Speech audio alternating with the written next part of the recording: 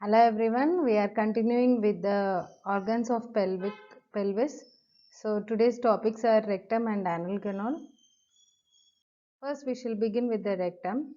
So if we talk about the location of rectum, it is a part of large intestine which lies between the sigmoid colon and anal canal, and it begins at the vertebral level S3. We can see here it is located from the level of S3 till the level of coccyx, where it terminates to form anorectal junction.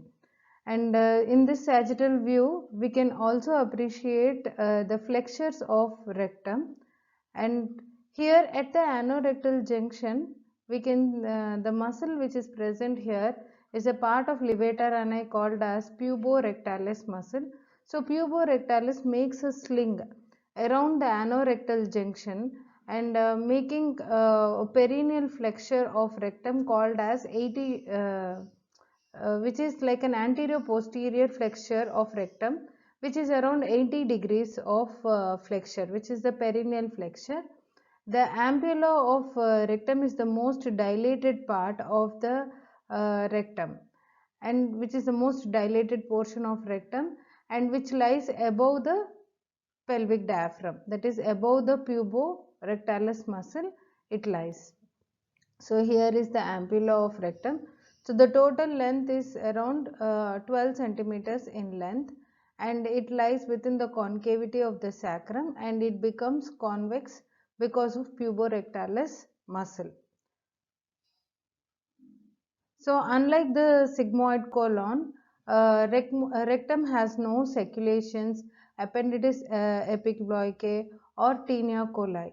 So the three cardinal features of large intestine are like circulations, appendices epiploicae and tinea coli. So these three cardinal features are absent in the rectum. And rectum actually literally it means straight in anatomy, but it is not a straight organ in humans. We can see it is quite curved, and it is straight in lower animals like quadrupeds. That is the reason it is called as rectum. And here in sagittal section we can appreciate the antero-posterior curvatures of rectum. So the upper curvature, which is along the concavity of the sacrum, this is the upper curvature, which is called as a sacral flexure. It is called sacral flexure with its convexity posteriorly, that is backwards. And the lower flexure, here is the lower flexure, which is called anorectal flexure or perineal flexure with its convexity forwards. We can see it is convexity forwards, and below it continues at the anorectal junction and continues further as the anus. And at the junction between the rectum and the anal canal is the perineal flexure or anorectal flexure, and this anorectal flexure is because of puborectalis muscle.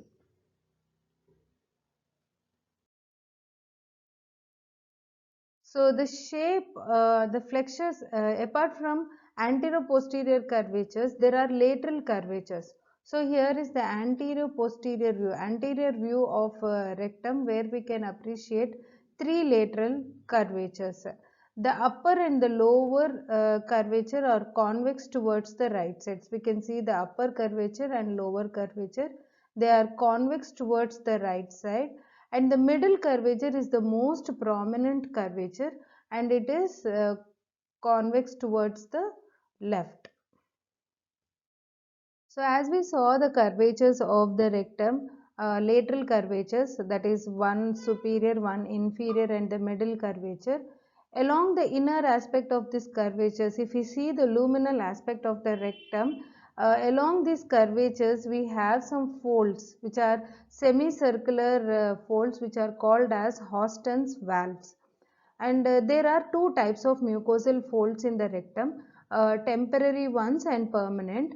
And when the rectum is empty, the mucosa shows several longitudinal folds in the lower part of the rectum, and which are temporary and they disappear during distension of rectum, whereas the permanent folds are called as these Houston valves.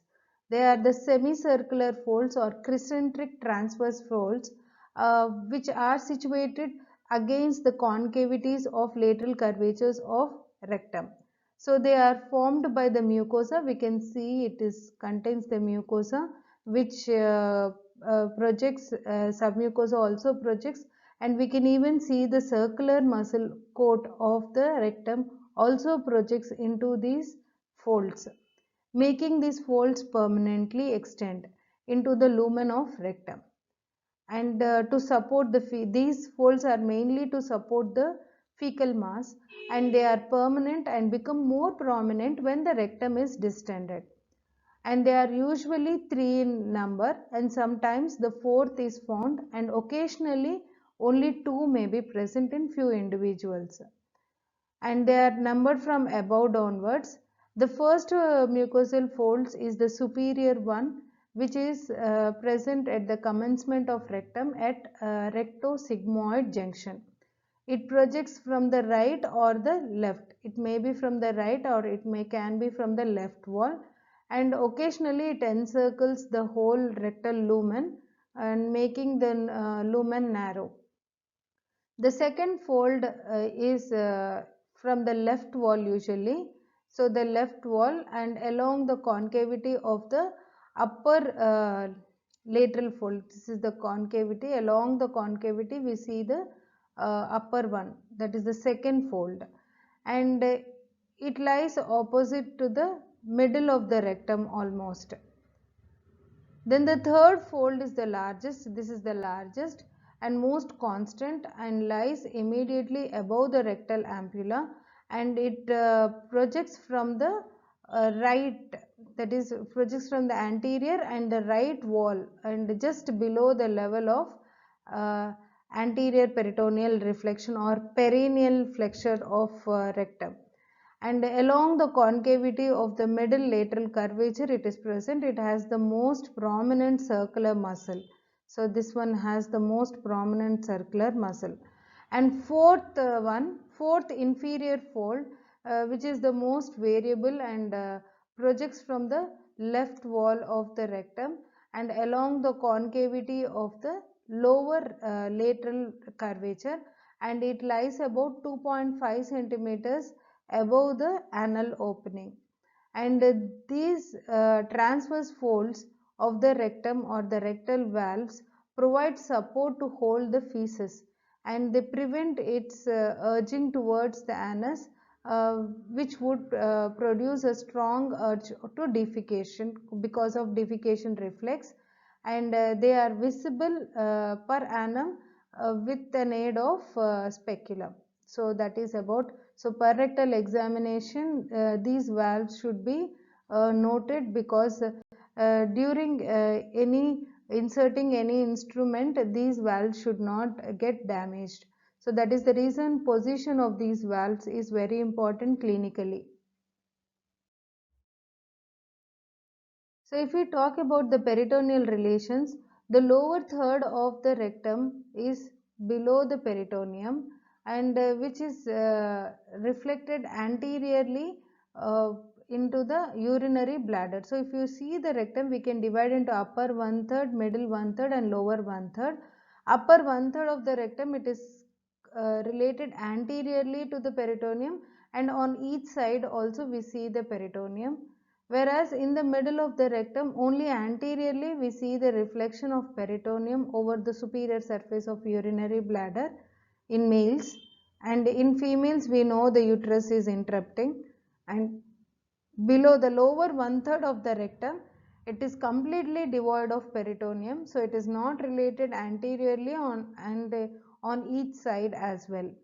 So the lower third of the rectum below the peritoneum, which is reflected anterior to the urinary bladder in males to form rectovesical pouch. So this is the rectovesical pouch, or onto posterior vaginal fornix in females to form rectouterine pouch or pouch of Douglas in females. And this pouch contains coils of small intestine, and it contains the peritoneal fluid and some coils of jejunum or small intestine.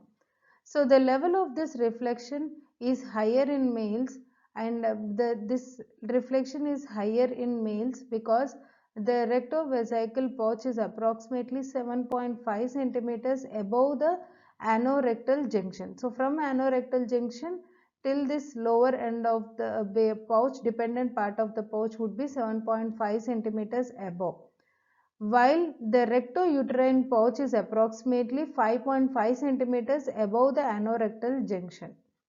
So because of the presence of seminal vesicles in males, this reflection would be higher in males.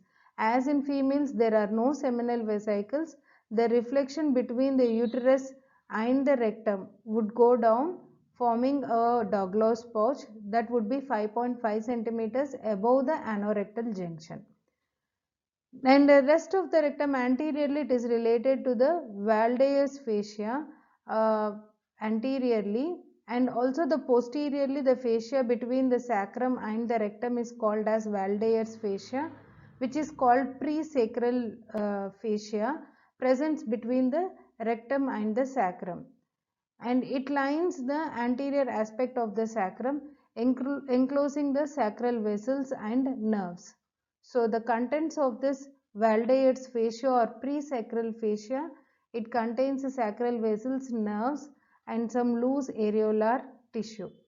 It continues anteriorly to the pelvic peritoneal fascia, covering the entire pelvic cavity, and it is limited posterior inferiorly as it fuses with the mesorectal fascia and lying above the levator ani at the level of anorectal junction. So here is the anorectal junction, till here it extends.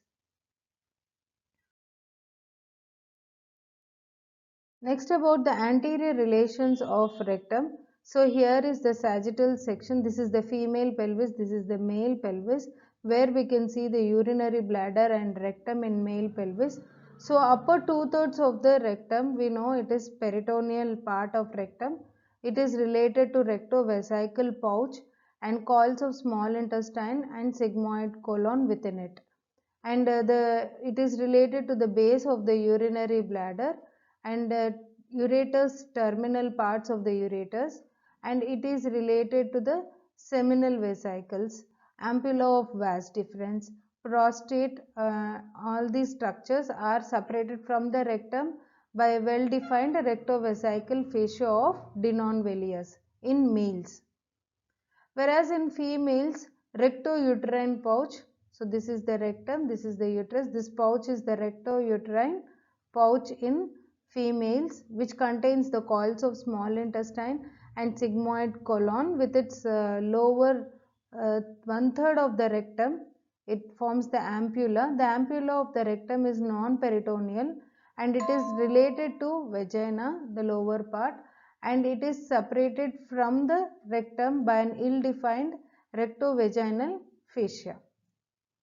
So that is the anterior relations of rectum both in males and females as well. Now let's talk about the posterior relations of rectum. Posteriorly we can see the sacrum. So here the rectum is removed to expose the midline structures and the structures which are present on each side of the rectum.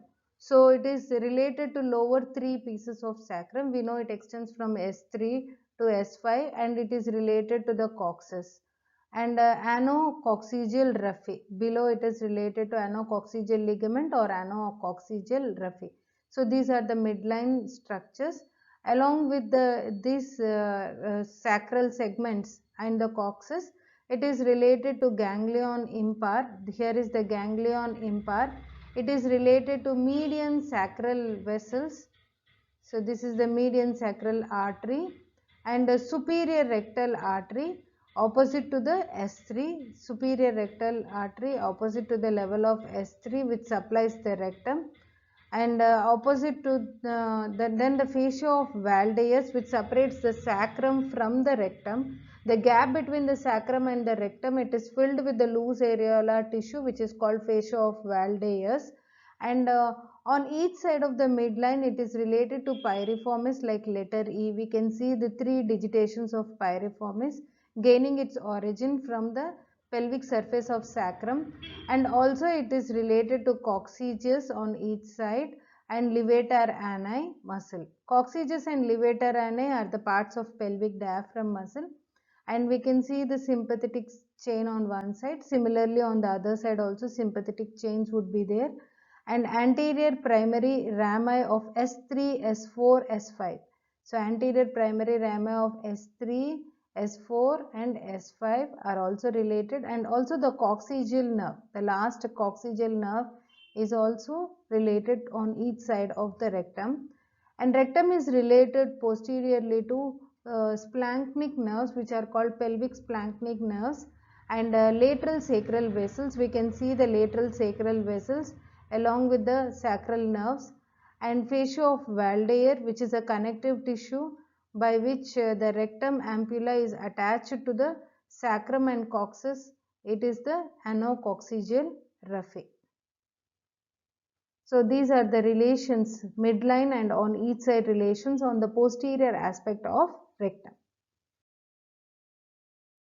Next, coming to applied anatomy here, the rectal or digital figure examination is performed for palpating the enlargements or tissue hardening or hemorrhoids or rectal carcinoma, prostate cancer, seminal vesicle, even the ampulla of ductus deferens, bladder, urinary bladder, uterus, cervix, ovaries, and anorectal abscess and perineal body. So these are the structures which can be palpated by doing per rectal examination.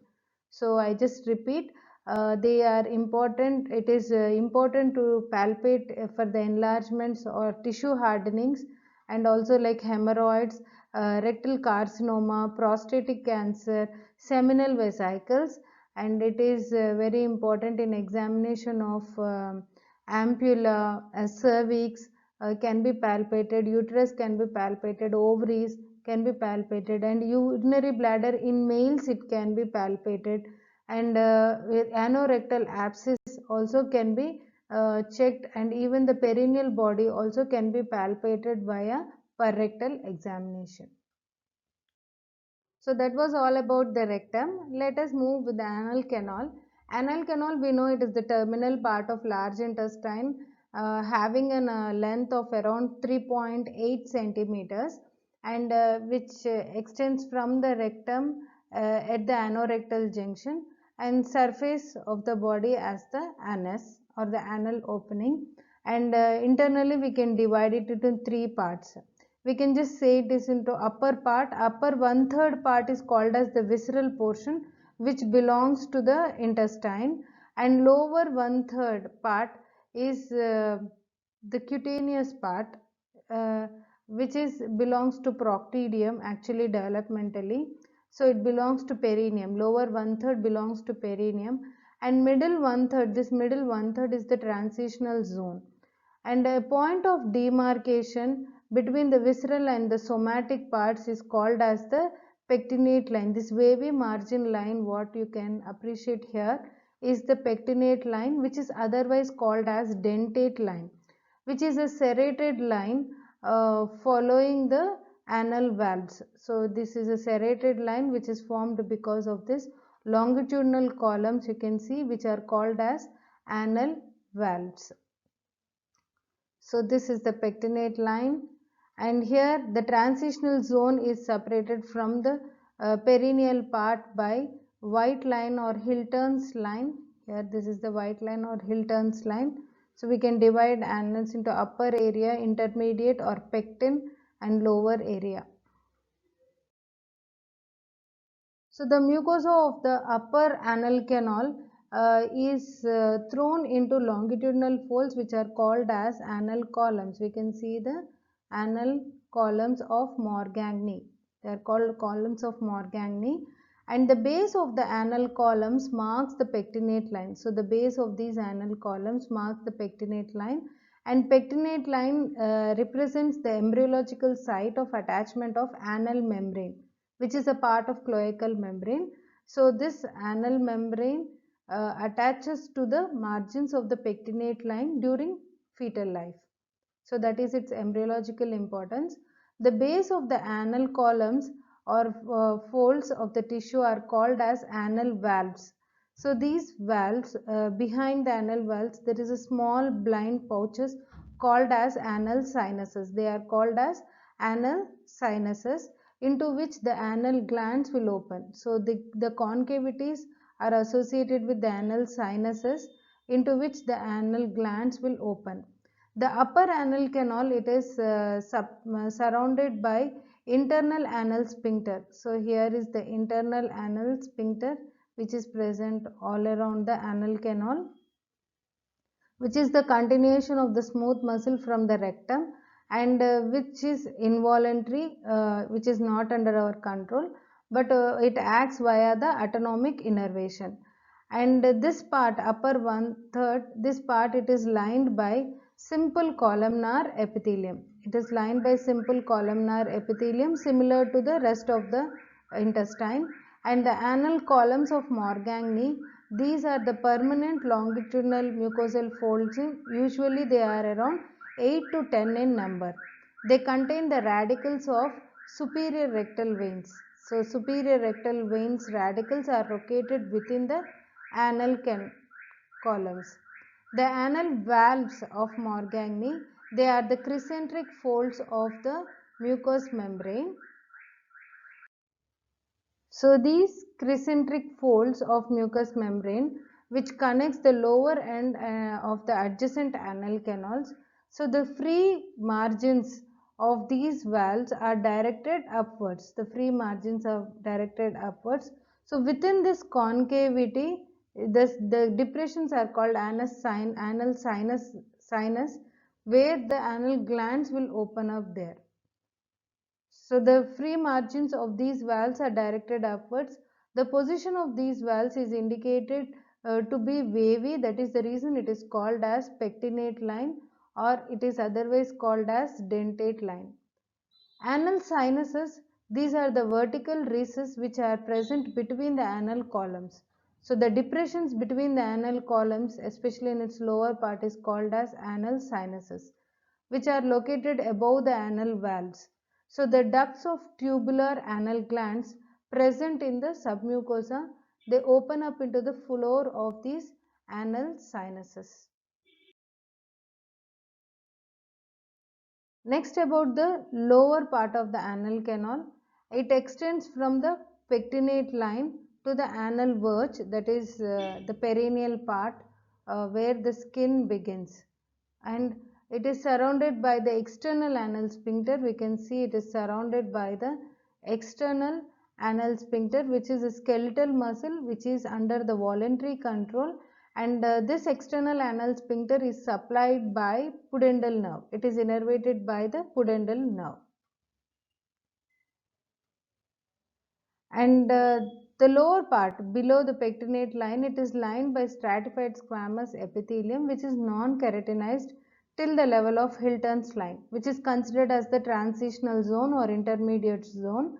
And below the level of Hilton's line or white line, it becomes keratinized. So it is stratified squamous keratinized epithelium below the level of Hilton's line.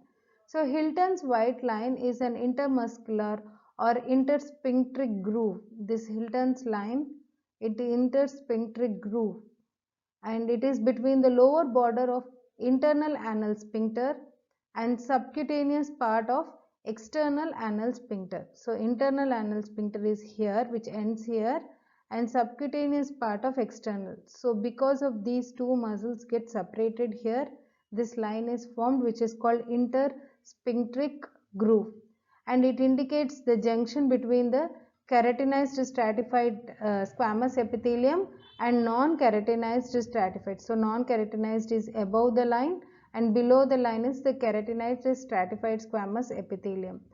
Anal transition zone, that is the intermediate zone, it is interposed between the uninterrupted colorectal type of mucosa above and uninterrupted squamous epithelium below.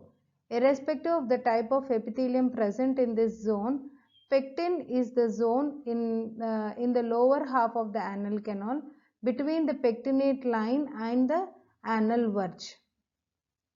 And the anal verge is the distal end of the anal canal, forming a transitional zone between the epithelium of the anal canal and the perineal skin. So here is the perineal skin.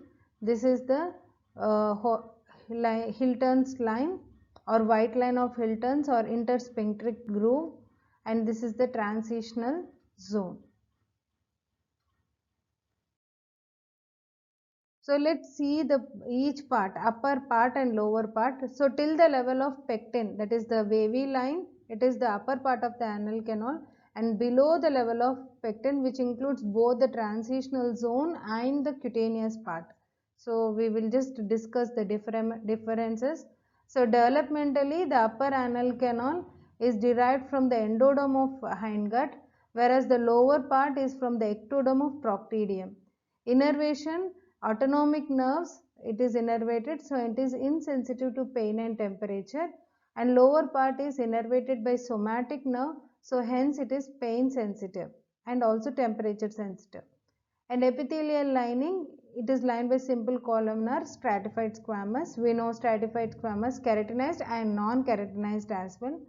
And arterial supply, superior rectal artery and inferior rectal artery below the level of pecten. Then venous drainage, superior rectal vein, which drains into portal venous system, and below the pectinate line, it is drained by inferior rectal vein, which drains into caval system, that is systemic circulation. Then lymphatic drainage, internal iliac lymph nodes and superior inguinal lymph nodes, which are the horizontal set. And hemorrhoids, which are above the pectinate line, are considered as internal hemorrhoids, and below the pectinate line considered as external hemorrhoids. So the columnar zone is derived from the endoderm, whereas the intermediate and cutaneous zone are developed from the proctidium of cloaca. So as a result of different embryonic origins, the zones have separate and supply structures which are separate blood supply, nerve supply and lymphatic drainage. So hence the dentate line or pectinate line serves as a watershed line in the anal canal. So here are the sphincters, which indicates this is the internal sphincter, which is mainly made up of smooth muscle. External sphincter is again subdivided into subcutaneous, superficial and deeper parts. Let's see the arterial supply of the rectum and anal canal both together. So rectum, superior rectal artery, which is the continuation of inferior mesenteric artery. So here is the superior rectal artery, which is the continuation of inferior mesenteric artery, which is chief artery supplying the rectum. Then the middle rectal artery, which is a branch of anterior division of internal iliac artery, supplies from the, this is the middle rectal artery. And inferior rectal artery, which is a branch of internal pudendal artery. Internal pudendal artery is in turn a branch of internal iliac artery. Then rectum is also supplied by median sacral artery, which is a direct branch of abdominal aorta. So that is the arterial supply of rectum. Let's see the arterial supply of anal canal. Anal canal is supplied by the terminal branches of superior rectal artery. So superior rectal artery, when it downs, it supplies till the pectinate line. So superior rectal artery branches will supply the upper part of anal canal, and the inferior rectal artery supplies the lower part of anal canal. So one thing to be noted here, the middle rectal artery does not supply the anal canal at all. So middle rectal artery do not supply the anal canal. This thing to be noted. Venous drainage of rectum, parallel to the arteries, along with the arteries we have got veins also. So the upper portion drained predominantly by superior rectal veins. Superior rectal vein is the tributary of inferior mesenteric vein. We know inferior mesenteric vein drains into splenic vein, and splenic vein joins with the superior mesenteric vein to form portal vein. So finally superior mesenteric vein draining into portal circulation. So it is a tributary of portal system. and that is portal mesenteric venous system, and some blood returns to the systemic circulation via the middle rectal veins. Middle rectal veins are the tributaries of internal iliac veins, and inferior rectal veins are the tributaries of internal pudendal veins. So inferior mesenteric vein joins portal vein. We know portal vein forms hepatic sinusoids. Portal veins will drain into the central veins and then hepatic veins, and finally drains into inferior vena cava. That is about portal circulation. Middle rectal vein drains into internal iliac drains into common iliac drains into inferior vena cava, and the lower portions drain into the inferior rectal, which are the tributaries of internal pudendal vein, which are the tributaries of further internal iliac veins, which are the tributaries of systemic circulation or caval circulation. Hemorrhoids. Internal hemorrhoids are the varicosities of the superior rectal veins, and they are located above the pectinate line and covered by the rectal mucosa, and they are present with painless bleeding. We can see here, this is the internal hemorrhoids. Next, regarding the external hemorrhoids, they are the varicosities of inferior rectal veins, and they are located below the pectinate line near the anal verge and covered by the skin, and these are present with painful bleeding. External hemorrhoids are painful bleeding, whereas internal hemorrhoids are with painless bleeding. Lymphatic drainage. The rectum, upper half of the lymphatics accompany with the superior rectal vessels and drain into inferior mesenteric nodes, and few of these vessels drain into pararectal lymph nodes on each side and present on each side of rectosigmoid junction. The lower lymphatics accompany the middle rectal vessels and drain into internal iliac nodes. So that is the drainage of rectum. Upper drains into superior rectal nodes, superior mesenteric, and then on each side we can see the internal iliac lymph nodes. These are common iliac lymph nodes or pararectal lymph nodes. That is the drainage of rectum. Next, regarding the anal canal, above the pectinate line, it is line from the which is act as a watershed line, pectinate line.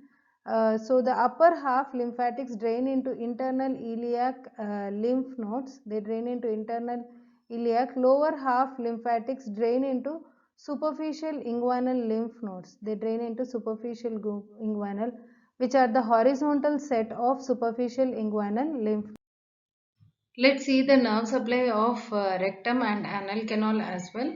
So rectum, it supplied by lumbar splanchnic nerves from the sympathetic and parasympathetic. So the sympathetic component derived from L1 and L2. So L1, L2 and segments of the spinal cord till L5 gives rise to sympathetic nerves to the rectum. And nervi erigantis are the parasympathetic nerves which are derived from S2, S3, S4. So S2, S3, S4 parasympathetic nerves will supply the rectum. So next about the anal canal. Anal canal, the upper anal canal is supplied by autonomic nerves, that is sympathetic and parasympathetic. So the internal sphincter, internal anal sphincter, which is made of smooth muscles, which is under involuntary control, which the sensations are limited by the stretch and ischemia, so, which are supplied by the S2 and S3 parasympathetic, and lower part of the anal canal supplied by the somatic nerve, which is the pudendal nerve, with the root value of S3, S4. And external anal sphincter is a skeletal muscle, and under voluntary control it is under the voluntary control, and it is sensitive to somatic sensations like touch, pain, temperature, etc. So lower part external sphincter is supplied by pudendal nerve, whereas the upper part it is sympathetic by the sympathetic from L2, L3, L4, L5 and parasympathetic from S2, S3, S4 segments. So that is about the nerve supply. So this completes both anatomy of rectum and anal canal as well. Thank you.